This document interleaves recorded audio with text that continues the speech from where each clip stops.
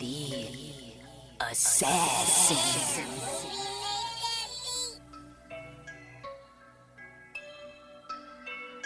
You know I break necks, call me Jack Tate. I have no regrets while your life is fading.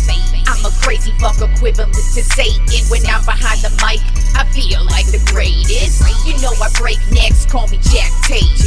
I have no regrets while your life is fading. I'm a crazy fuck equivalent to Satan. When I'm behind the mic, I feel like the greatest. What up, y'all? You're listening to Sports Talk with Tropp, and I'm your host, Katie Tropp. Well, it's Championship Sunday, y'all.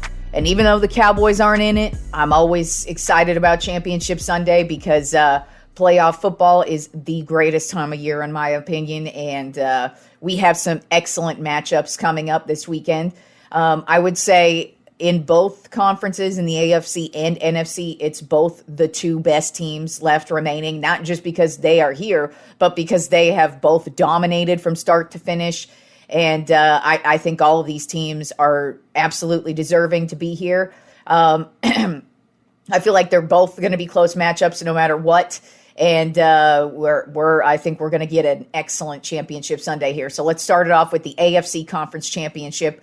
We have the Cincinnati Bengals at the Kansas City Chiefs. Right now, the Bengals are a 1.5-point favorite, which is kind of crazy because, Kansas City is always a difficult place to play. But you know what? The Bengals have their number. The Bengals are 3-0 in the last year against the Chiefs. And that says a lot because nobody has really been able to own Patrick Mahomes in the league, but Joe Burrow and the Bengals, they most certainly do. And it's not just a Joe Burrow thing. I mean, this defense, they usually hold Patrick Mahomes in check. I mean, even if they have a good game, like last year's conference championship game between these two teams, Kansas City ran out to a huge lead. I believe they had like a 21-0 lead or something crazy like that. And it looked like this game was not even going to be close. And then here comes Cincinnati, and they make some really big plays down the stretch. And they were able to take it to overtime and eventually get the win. So I'm expecting pretty much the same in this one. I don't know if it's going to go into overtime, of course, but I expect it to be a close game.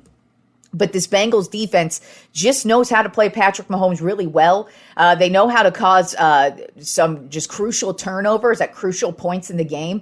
I mean, even last year's game, they held Tyreek Hill in check. I believe there was a couple plays they made against Tyreek Hill to just kind of hold him back for a couple of scores. And I just feel like the Bengals they're playing with the utmost confidence. And as I said on Monday's show, I'm done picking against the Bengals. I've been kind of wavering on the Bengals all season long because I do think they're a good team. It's just their offensive line is such an issue. But if you really look at it, yeah, their offensive line is an issue, but who the fuck cares? Joe Burrow's been able to overcome it. Their two running backs have been able to overcome it. I mean, the production level on this offense is just crazy. So it doesn't matter that their offensive line isn't that good. And then on the defensive side of the ball, they're not the best defense in the league, but they know when to make the big plays. They cause turnovers at just inopportune moments for the offense, and they'll set their offense up in good field position, or they'll have goal line stands. I mean, you remember in the wild card round against the Ravens, they had that big goal line stand where they caused the fumble and they were able to run that thing back for a touchdown, and that was the game-changing play. And that's really just kind of how this team plays. And they're not scared. They've already won in Kansas City. This team is better than last year's Super Bowl team. So as I said, I'm not picking against the Bengals again as far as they go here. And then the Chiefs, what sucks for them is Patrick Mahomes did suffer an ankle sprain in last week's game. It doesn't look like it's bothering him as much as you think it would, but I'm sure at some point as the game wears on, it could become an issue. And, as I've been saying about Patrick Mahomes all season long, is he's added back in the element of him running. And that's been a big reason why they've been able to get a few wins in the regular season. And I kind of feel like it's a possibility that this could be the deciding factor in this game, where they're just going to, kind of get Patrick Mahomes in a couple sticky situations that he won't be able to get out of. And I think Cincinnati's going to end up making the bigger plays in the end. And I've got the Cincinnati Bengals moving on to the Super Bowl 28-27. Like I said, I think it's going to be a close game. Could be one of those games where it comes down to the last play of the drive. But or last drive of the last drive of the game. But this Bengals team, they just play with a lot of confidence. And there's nothing wrong with the Chiefs. I mean, the Chiefs are an excellent team. Patrick Mahomes, in my opinion, is obviously the MVP of the season. And their defense is actually not playing bad either. So it's going to be a good-ass game. But like I said, I'm not picking against the Bengals right now. They're playing with some extreme confidence. And they're just a team I'm looking at like I can't really pick against them. So I've got the Bengals moving on in this one. But I would not be surprised if we see the Chiefs in the Super Bowl. But because it is difficult to because the Chiefs are probably playing with a chip on their shoulder because they're like, fuck, we have to solve this Bengals puzzle. And it's not to say they can't do it. They really absolutely could. But I'm just leaning towards the Bengals. All right, so let's move on to the NFC Conference Championship. We have the San Francisco 49ers at the Philadelphia Eagles. Right now, the Eagles are a 2.5-point favorite. And the Eagles have just been the most dominant team all season long. They really haven't let up at all, even in their couple of losses that they had. Really no big deal. I was looking at them stumbling into the playoffs, but it didn't matter. Last week was a statement game against the Giants. That is a division opponent. And while I didn't think the Giants were that good of a team, hey, it's the playoffs. And to dominate in a playoff game like that last week, that's a big deal. And, the Eagles' defense is just one of the tops in the league. Their ground attack on offense is spectacular. But Jalen Hurts, he just continues to have another great year, too. It's difficult to choose between him and Mahomes, between MVP. I have Mahomes just because of the way he dominated the season, but you could easily go with Hurts as well because this guy is the backbone of this team. They have tons of weapons for the Eagles, tons. I mean, they've got two top receivers with A.J. Brown and Devontae Smith. And then they've got great backfield. They've got great offensive line. They've got Jalen Hurts. And then on the defensive side of the ball, their secondary is stout. They get the turnovers. They're ball hawks. And they can rush the quarterback, and they get those sacks too. So this Eagles team is actually, I'm out of all the four teams left, I'd say they're the most complete team from top to bottom when you're just looking at the roster. And that's why they've been the number one team pretty much all season long. That's why I begrudgingly every fucking week on my power rankings had to keep them at 1 for the most part, just because they dominated and they're still dominating. Now, the 49ers, on the other hand, they've also been a dominant team. Their defense is the best in the league. And they have a spectacular roster, but at the end of the day, Brock Purdy is still a rookie.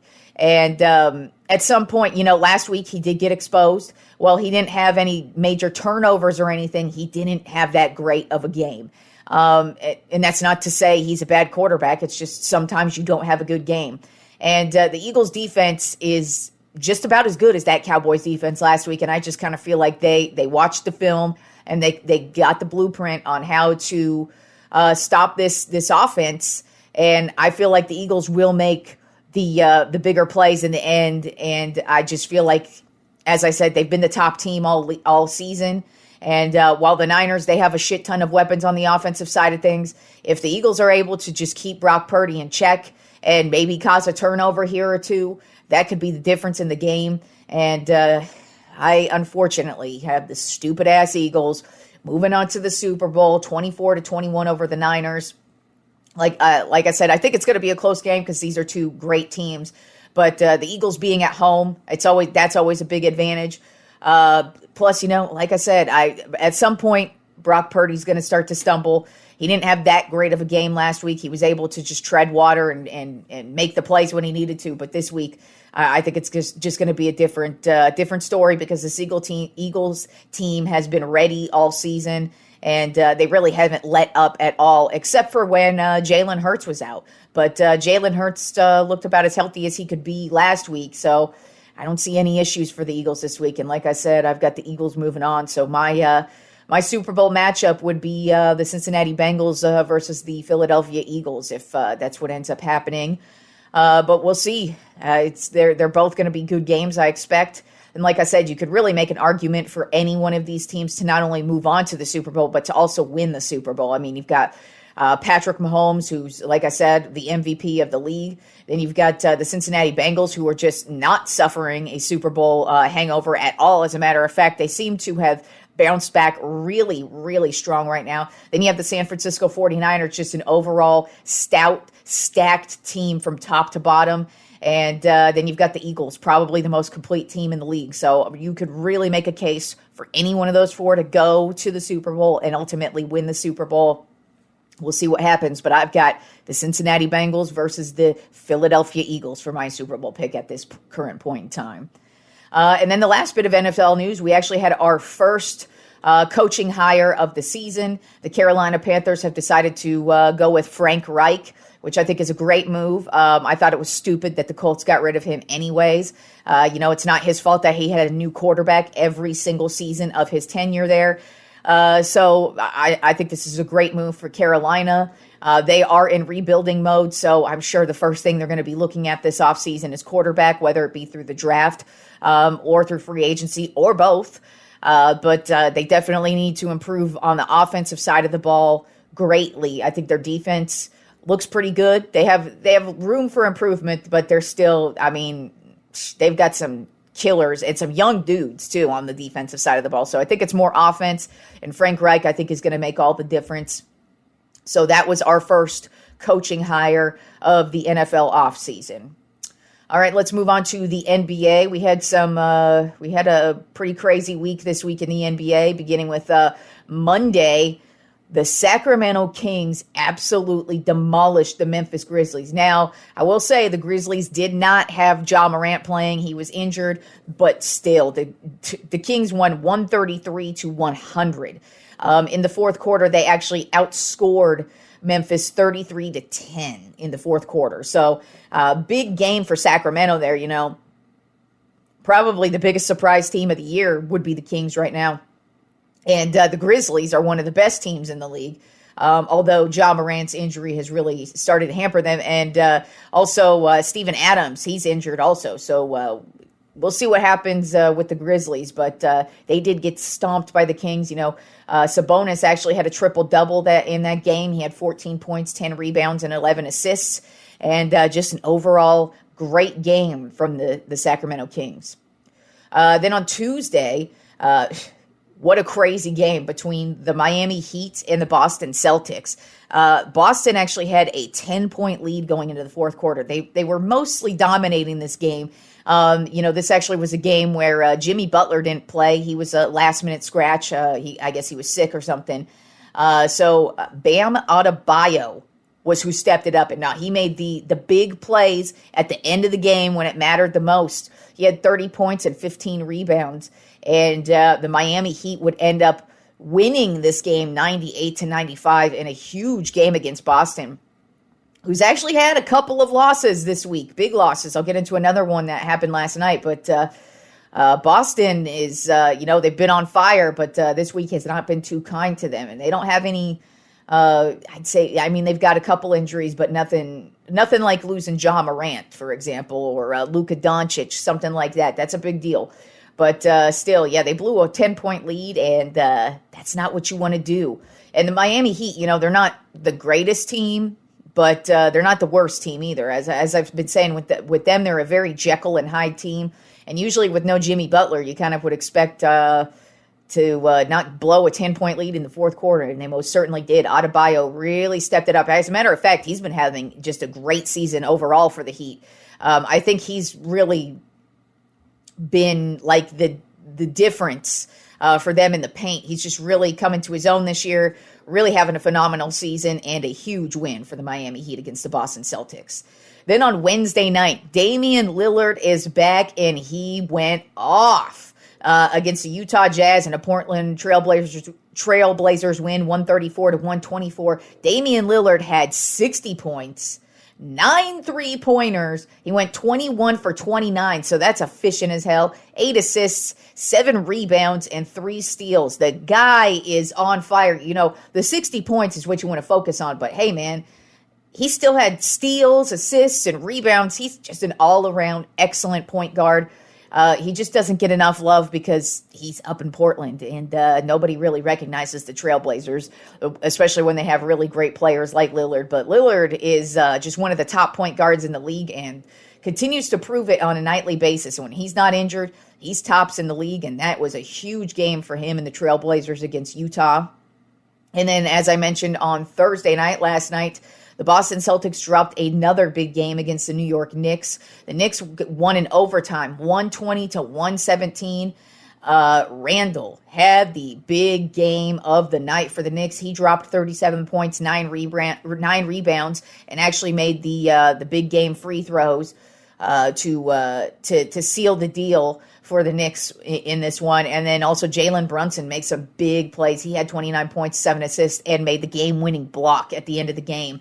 And so, as I said, Boston has suffered a couple of big losses this week, but it's been a pretty crazy week for the NBA, and Boston's starting to fall apart, but they're still one of the best teams in the Eastern Conference. So, crazy week in NBA. And then we also had a Hall of Fame announcement for baseball.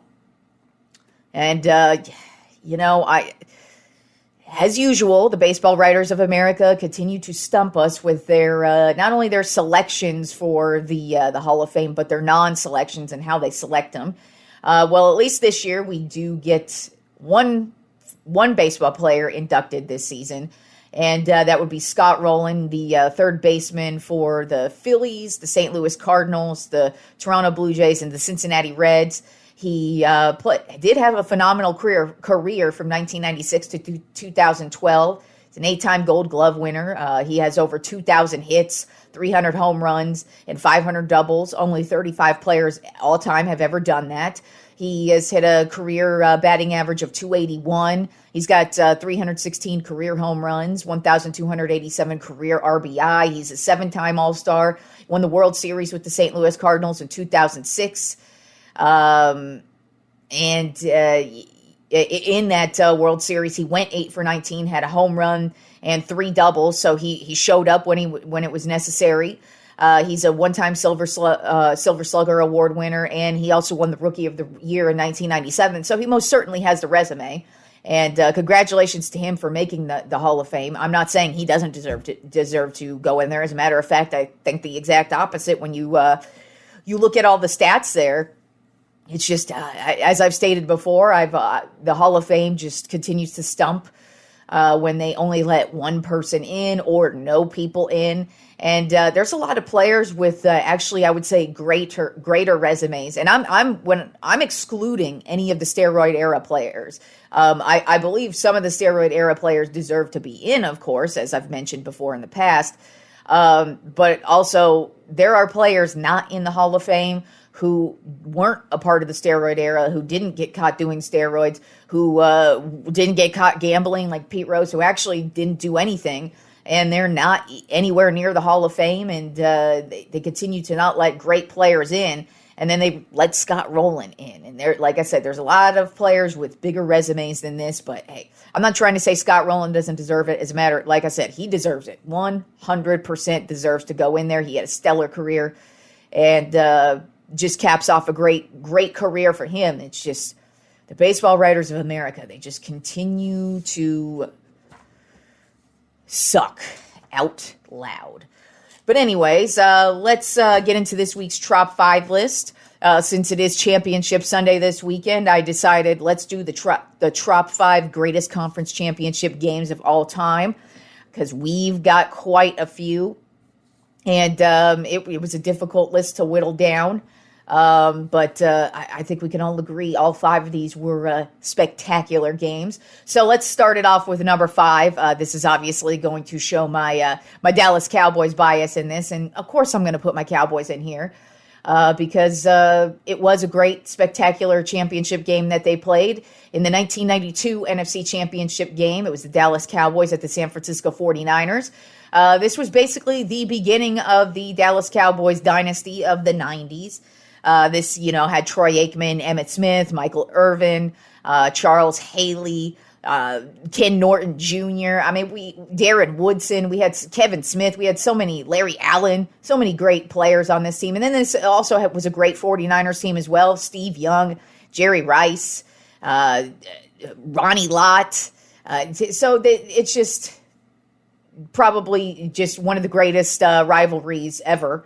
And this was one of my favorite games of all time just because it was an absolute domination by the Cowboys, which is why I had to put it at number 5, because all the 4 games above this are just really close games. And it was and there was no way I could I wanted to put this game number 1, of course, because hello, it's the Cowboys and it's my show and I could do what I want. But I couldn't justify it because the Cowboys dominated this game from start to finish. They caused so many turnovers in this one. Steve Young had 2 interceptions. And then they had a couple of fumbles as well, and the Cowboys defense just really dominated, but their offense also dominated. Actually, going into the fourth quarter, the Cowboys had a 24-20 lead, and it looked like they might just keep handing the ball off to Emmitt Smith, who was having a great game. But instead of that, they decided to just open it up, and right as they got their first possession in the fourth quarter, Troy Aikman connects with Alvin Harper on this big slant pass for 70 yards for a game-clinching touchdown, basically. And the Cowboys, they would go on to win this game 30-20. And Emmitt Smith would actually end up having 173 yards and 2 touchdowns in this game. And the Cowboys would ultimately go on to win the Super Bowl that year. Oh, what a great year. 1992. I was in 2nd grade when the Cowboys were that great. Sucks. I miss it. But that's how it is. But at least I got to see that game. And I remember that game, and it was a great game. And I, of course, had to include it in here. Like I said, I wanted it number 1, but these 4 above it, I think, just were overall better games. So let's move on to the number 4 on my top 5 greatest conference championship games. I have the 2007 NFC Championship game between the New York Giants and the Green Bay Packers. Now, this was the season that the New York Giants won the Super Bowl and defeated the New England Patriots, who were going into the Super Bowl undefeated. I mean, this Patriots team in 2007 was just a powerhouse. But the New York Giants, they ran into a buzzsaw, the New York Giants, and it started in this, I feel like the best game of this playoff run for the Giants was this 2007 NFC Championship game between the Packers, because the Packers were heavy favorites coming into this one. I mean, yes, that Patriots team was amazing, but this Packers team was amazing. This was the number 1 team in the NFC for sure, but they were right there with the Patriots. This was actually Brett Favre's last season in Green Bay. And this was your typical Green Bay frozen tundra night in Lambeau Field. They were playing in sub-zero temperatures. And if you look back at this game, you could tell. You could tell that the field is like frozen. And that just even touching one piece of grass, it's just probably like an icicle that's going to stab you. But this was good old school football. And, it looked like the Packers, Brett Favre came right out and just was having a phenomenal game with he and Donald Driver. They were connecting on big plays. But the Giants were keeping it close. They were keeping it close. They weren't letting the Packers get away with it. And then, the Packers started to fall off. Brett Favre, of course, had an interception. And so that was helping the Giants just keep their heads above water. And, Amani Toomer had a huge catch. There were many catches for this Giants team along this playoff run for them. And Toomer made one of this amazing catch, which was like right on the sidelines. And it was I think it was a 3rd down play, as a matter of fact. It was a huge play. Great pass by Eli Manning. But regardless, it was back and forth. And then the Giants would ultimately take it into overtime, and we're tied at 20. And the Packers would end up getting the ball first right off the bat in overtime. And you're thinking, all right, here we go, Favre. Favre's going for the Super Bowl. We're thinking he's walking right on in. No. This New York Giants defense was like, fuck yo couch Brett Favre. Favre drops back to pass, and boom, he throws an interception, overtime interception, to Corey Webster, who runs it back and puts his team in good position. And the Giants offense is able to set their kicker up in a real nice position. And they were able to walk it off and get the game-winning field goal to move on to the Super Bowl and defeat the undefeated New England Patriots in one of probably the greatest Cinderella season of all time was this 2007 New York Giants team. Just because, like I said, this game, I think, is better than that Super Bowl. I think this was the Super Bowl just because, like I said, it was the frozen tundra. Nobody thinks the Giants are going to win because this Giants team backed their way into the playoffs. Nobody was thinking they were going to do shit. And they ran through some teams, and they beat damn good teams the whole way. And they did it this way in every game where they just stayed in it, played great defense, caused some turnovers when they needed to, made some big catches down the stretch when they needed to, and just made the big plays in the end to ultimately get the wins. And that 2000 NFC Championship, it always sticks out in my head. To me, it's one of my favorite games, and that says a lot because I hate the Giants, but that I also hate the Packers too. So it was kind of funny to see Brett Favre's career in the Packers uniform end like that. But that was one of the greatest games, and I think that was the best game for the Giants on their way to win the Super Bowl that season. All right, now moving on to number 3 on my top 5 greatest conference championship games of all time. We have the 1986 AFC Championship game between the Denver Broncos and the Cleveland Browns. That's right, people. This is The Drive. One of the greatest drives. I mean, it's called The Drive for a reason. And if you rewatch it, because I did, I rewatched it last night on YouTube. I watched highlights of the actual game, but then I rewatched the entire drive. Holy shit. That was such an insane drive. So let's get to it. This is a battle between the Broncos and the Browns. It is just a defensive battle. And it's, speaking of the frozen tundra in the last matchup I was talking about, this was some shit because this was 1986 in Cleveland. I mean, they were muddy as fuck. It was cold as fuck. You could tell this is what we call real ass playoff football between the Broncos and the Browns. And this was the beginning of the greatness that was John Elway. So let's start off with the score is tied at 13. And we're in the fourth quarter here. And what would actually end up happening is the Browns would go up 20-13 on a nice Bernie Kosar 48-yard pass to Brian Brennan to give them the lead.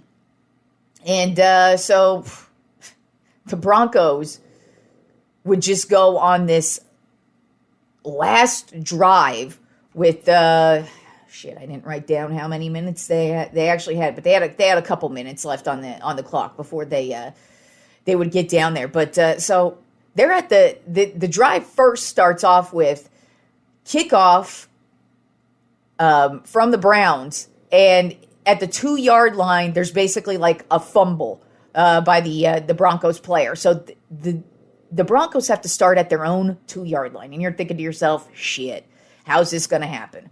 Well, man, John Elway just meticulously puts together this amazing drive, and I know he's not the only guy on this drive, but I mean, this drive literally had everything. It had a couple of plays where John Elway almost threw interceptions. It had like third downs where it was like, shit, are they going to make it? And they make it. And then it has like, 3rd and 2s where you're like, oh, obviously they're going to make it. And they just barely get it. And it just has just about every single thing that you can go through on this drive happens. And it's just crazy how it was just, put together and how they just move, 11 yards at a time, 5 yards at a time, 14 yards at a time. And they're just getting closer and closer and closer until finally they get into scoring position. And John Elway is able to just throw the pass over to Sewell to make a big catch, and then Mark Jackson was able to make the game-winning touchdown or game-tying touchdown, or game-saving touchdown, and then, of course, they would have to make the extra point, which they ultimately do, and it's tied up at 20, and then there's only like 30-something seconds left on the clock for the Browns, so they don't get anything going in the fourth quarter, and then the Broncos are just able to put together a nice drive in overtime, and they set themselves up in field goal position and get the game-winning field goal, 23-20 in overtime. But man, if you have never watched the drive, go on YouTube. I mean, it's like 7-9 minutes, something like that. It is crazy to watch because it's not just like big chunk of like 30-yard plays here and there. It's like a battle. I mean, this Cleveland Browns defense, I mean, I know most of us in today's day and age, when we're watching football, we're just used to the shitty old Cleveland Browns. This Cleveland Browns team was no joke, especially on defense. They were just bruisers. I mean, like every single dude in this game is covered in mud. John Elway is covered in mud, and they're just like driving up the field, like just taking chunks of yardage, 11 here, 5 there. Like I said, it's just like crazy to watch. And like I said, John Elway almost threw like a couple interceptions. There's a sack. There's this. It's just a battle. And I can't imagine how defeated the Browns must have felt in that moment, just because they gave it their all in that game. And just to lose like that must have sucked. But that was the beginning of the greatness that was John Elway. Now, they would go on to the Super Bowl and get their asses kicked in the Super Bowl. But, yeah, that's just a great drive. That's why it's called the drive. And still to this day, nobody's really duplicated that type of drive. All right, now moving on to number 2 on my top 5 greatest conference championship games of all time, the 2006 AFC Championship game between the New England Patriots and the Indianapolis Colts. Now, we had many, many great matchups between the Colts and the Patriots because in this era, you know, it was Tom Brady, Peyton Manning. It wasn't just those two. You know, I mean, we had 2 great coaches between Bill Belichick and Tony Dungy, and then we just had great like offensive lines. They had great weapons on offense and defense. There's just huge players in both of these teams, and this to me was probably the best game these two ever played. So we're in Indianapolis, and at one point the Colts find themselves in a 21-3 deficit. I mean, it's crazy because, you know, they started off looking real good, and then all of a sudden they get some turnovers. Peyton Manning throws this horrible pick to Asante Samuel, who just runs it right back for a pick 6. Yeah, Asante Samuel, senior. You know, we heard about junior for the Chargers with his 3 interceptions in the wild card round. Yeah, that's where he learned it from. He got that shit from his daddy. Because he went 39 yards for a pick 6 against Peyton Manning, and that was a bad interception, too. I mean, like, Peyton throws it right to him. But the Colts would come back, have one of the greatest comebacks of all time. I actually wanted to put this game number 1 because this is another game that just sticks out to me when I'm thinking of just great overall playoff games I've seen in my lifetime. This championship game sticks out just as much as that 2007 championship game between the Packers and Giants. This one I think about all the time because just to how it really, to me, defines who the Colts were as a team, because they were that team who would be down, but then they could just make this epic comeback and they would get the win in the end. And against the Patriots, a team that was not known for choking, but they did it a few times, and this was the game they did it in. And so what happened is Peyton Manning was like, nah, guys, let's just get our act together. And they would come back down 18 points and eventually end up tying this game at 31. And I mean, it was a back and forth affair. You know, it started out, like I said, 21-3. But then once the Colts got going, the Colts got going. And it was just back and forth between Tom Brady and Peyton Manning. This was just a beautiful show between the two of them. And so we get it. We get it tied up at 31. And then the Patriots have this beautiful drive, and they're able to put together a nice drive and get a field goal 34-31 with 3:49 left on the clock, which says a lot because Peyton Manning can score at a moment's notice. Peyton Manning was known for that shit, so 3:49 ain't nothing to Peyton Manning.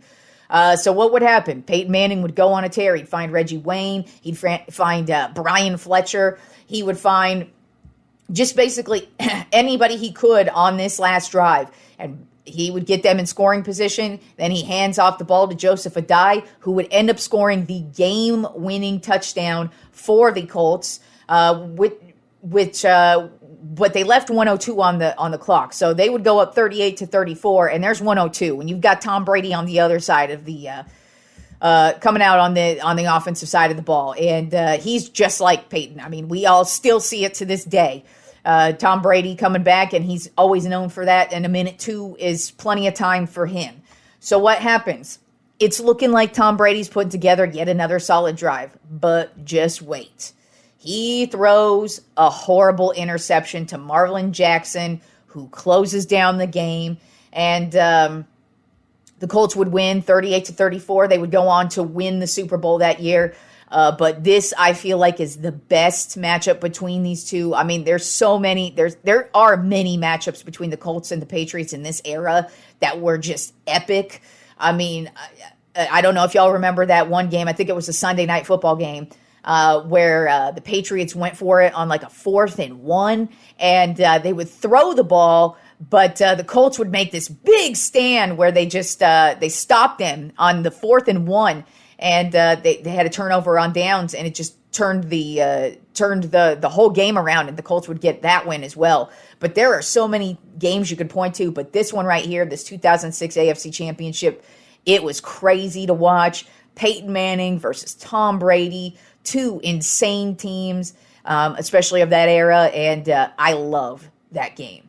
Now, number one, on my Tropp 5 greatest conference championship games of all time, it pains me to put this at number one. I did not want to put this at number one. But then when I went and watched the highlights, I said to myself, Katie, you have to put it at number one. There's a reason why most people consider this to be one of the greatest games of all time. It's when you look at rankings of just games of all time, this is always in the top 5. Always. If not one. And I had to put it number one.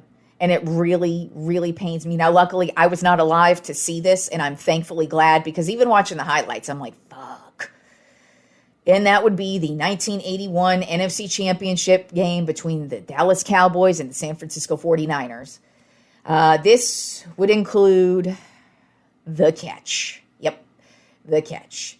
And that's not really why this was such a great game. I mean, this was a battle between two great teams. This Cowboys team actually still had Tom Landry as their coach. Our quarterback was Danny White, who was like the Dak Prescott, Tony Romo of this time, the guy who almost got there and never won anything. But they did have Tony Dorsett. They had Drew Pearson, Ed Too Tall Jones. So this was a stacked-ass team. But this was the beginning of the San Francisco 49ers 1980s dynasty. This had Joe Montana. They did not have Jerry Rice yet, but this had Joe Montana. This had Ronnie Lott, who actually made some bad penalties in this game. 2 really big pass interference calls that would help set up the Cowboys in scoring position. But this was a crazy, crazy game. Like I said, I did not want to put this at number one, but when you watch it, you're like, shit, no wonder why people consider this such a good game, because it was back and forth. I mean, both teams, they were turning over the ball at just inopportune times. I mean, this Niners team, I believe, had like 6 total turnovers. Joe Montana had like 3 interceptions. It was a bad, sloppy-ass game from the Niners, but they were able to just keep in it and tread water and just make sure that the Cowboys really didn't get away with it. And so the Niners are down by 6 with less than 5 minutes to go. And so they would just put together this really solid drive. Joe Montana would make just some really great little plays against an excellent defense, because the Cowboys of the 80s defense and the 70s, really, this kind of like 70s overlap, 80s overlap defense was a damn good defense. look up Ed Too Tall Jones. If you don't know what that motherfucker's about, you need to know what that motherfucker's about. And he couldn't even stop Joe Montana on this last drive. He would just put together just some of these great passes, it just was crazy to watch, because you're like, you would see him just almost get there, and he would just get the ball off right at the perfect time. And Dwight Clark, not only would he get the big catch in the end, but he made some huge catches on this last drive, but also the drive before to help the Niners keep in distance of the Cowboys. But so yeah, Dwight Clark made some big plays along the way. But ultimately, third down at the Cowboys 6-yard line.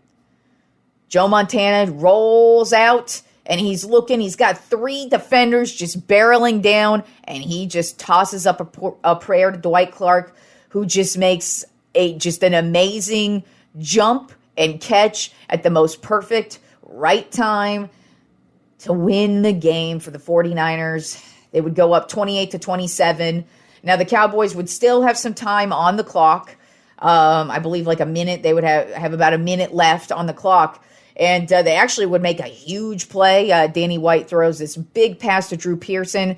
Looks like they might make a last-second run here and get into field goal position. Hell, actually, if you see the catch that Drew Pearson makes, if he doesn't get snagged up, just barely, and it's funny too, because the play in which Drew Pearson is tackled, it's an illegal play in today's day and age. It was he's grabbed from behind, right in between the shoulder pads, and that would be illegal in today's game, but it wasn't back then. And so they just the Niners defense just makes the world's biggest play, so Drew Pearson isn't able to get out and get the touchdown or set them up in field goal position. But right after that play, Danny White would unfortunately fumble the football. 49ers would recover the football, and they would go on and begin the 1980s San Francisco 49ers dynasty of that era, and they would go on to win this game 28-27. As I said, it was very difficult for me to put that at number 1, but I could not put that at number 1, because also the Niners played a very, very sloppy game in this game, but they still were able to overcome and hold on. And I feel like this NFC Championship game is like the ultimate showing of what football is and what it's supposed to be. It's just a battle in the trenches between an offensive line, a defensive line. Even though one team has all these turnovers, they're still able to overcome those turnovers and put together solid drives when they need to. And same with the Cowboys too. I mean, even though it was back and forth the whole way, and even though there were many times where it looked like the Cowboys would just peter out and not get it going, but then they'd come back on the following drive and end up scoring. So it's just a hard fought battle between these two, and I had to put it at number 1. I really, really at first wanted to put that 2006 AFC Championship game between the Colts and Patriots at number 1, because like I said, that one always sticks out to me, but I had to put this fucking game between the Niners and Cowboys on there, even though the Cowboys lost, and it's the Cats, and boo, boo, boo, Niners. But you know what? I wasn't even born yet, so that's great. I didn't even have to see this, but man, that's a great game, and I feel like that's what football is. Although I feel like all 5 of those games are what football is, and we'll see what happens this weekend if any of these 2 games live up to the hype of those ones. But yeah, those were some damn good games, and like I said, it was tough for me to put that 1981 game at number 1, because I don't want to put the Cowboys losing up there, but I had to. It's a great game. Undeniable. All right, guys. So enjoy the championship games this weekend, and on Monday's show, we will know who is going to the Super Bowl. I will talk to you fools on Monday.